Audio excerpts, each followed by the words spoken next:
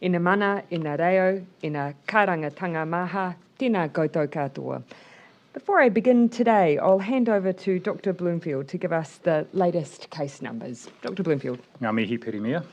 Tuatahi, e mihi ana kia koutou katoa, e whakarongo mai ana.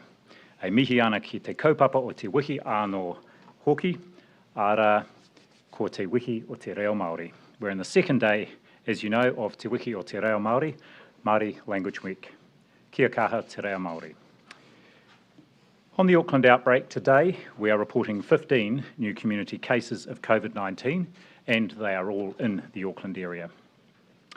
That takes our total number of cases in this outbreak to 970, of whom 397 people have now recovered, which is good news.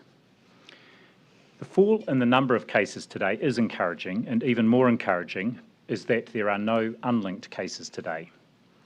All of these new cases are household contacts from 5 known households, with the majority linked to just 3 households.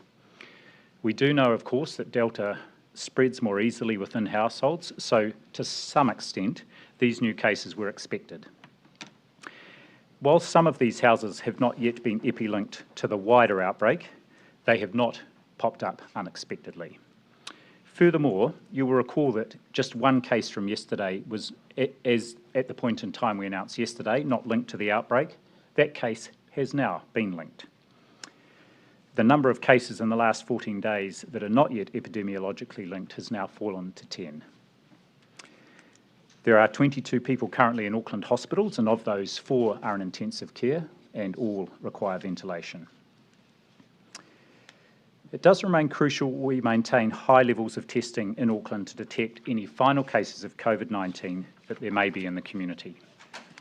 High rates of testing will help Auckland get out of lockdown as planned and stay out. Our priority is now on testing as many people as possible over coming days from the following suburbs in Tamaki Makaurau: Massey, Mangere, Whāvona, Papatoetoe, Otara and Manurewa. If you live in these suburbs and you have symptoms, please do and go get a test. If you receive an invitation to be tested, even if you have no symptoms, I would encourage you strongly to take up that invitation too. It is part of our surveillance that we are doing in these suburbs. Of course, anyone across Auckland and indeed New Zealand with cold or flu symptoms, no matter how mild, please come forward for testing. The latest data on influenza-like illness from ESR shows very low rates in the community, so it is particularly important that anyone with symptoms does get tested. We also encourage families with children to get tested altogether, as we are seeing